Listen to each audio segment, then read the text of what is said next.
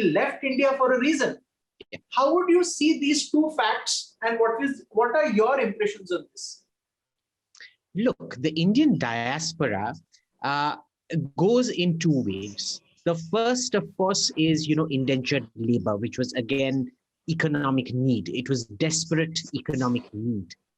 The second, which started after independence, was the denial of opportunity back home.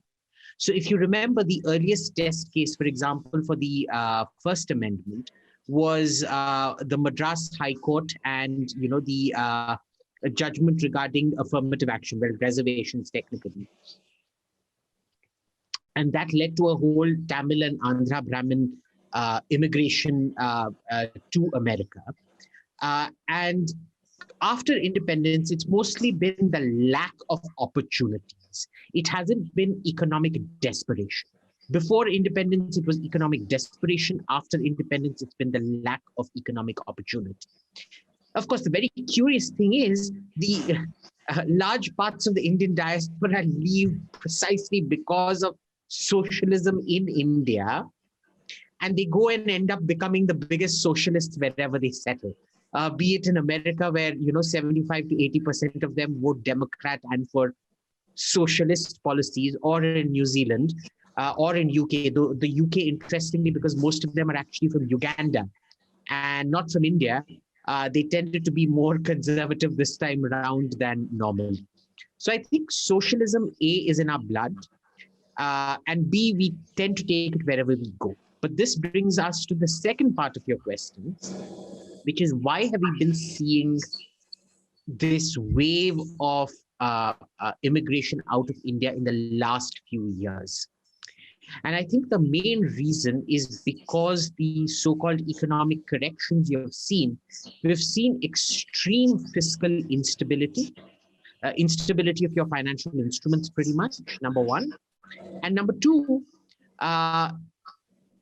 there's been an unprecedented strengthening of the middle bureaucracy, which is particularly in your face for most micro, medium, and small businesses.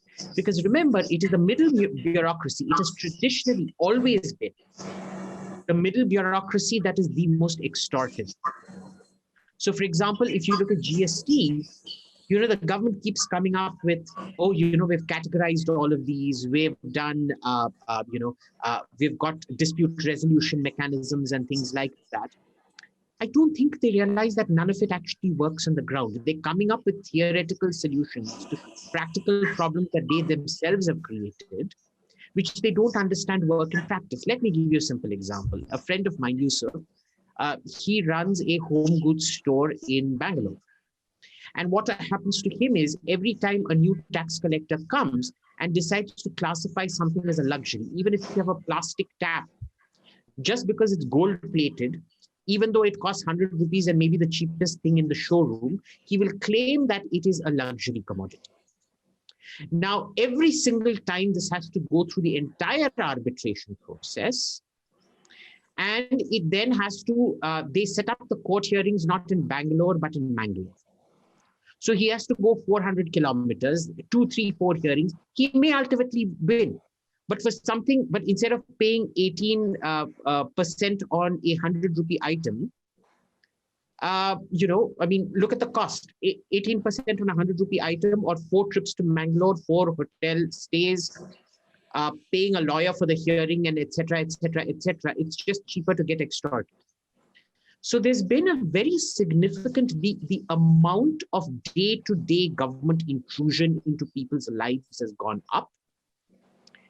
The terrorism of cesses, levies, and duties continues, because, in this country, cess, levy, duty, they're all seen as kabhi badhao, kabhi kam karo. It's something, it's deemed completely arbitrary. They don't seem to realize the kind of knockdown effects it has on businesses and things like that, or their competitiveness. So this was very natural. Abhijit, I'm only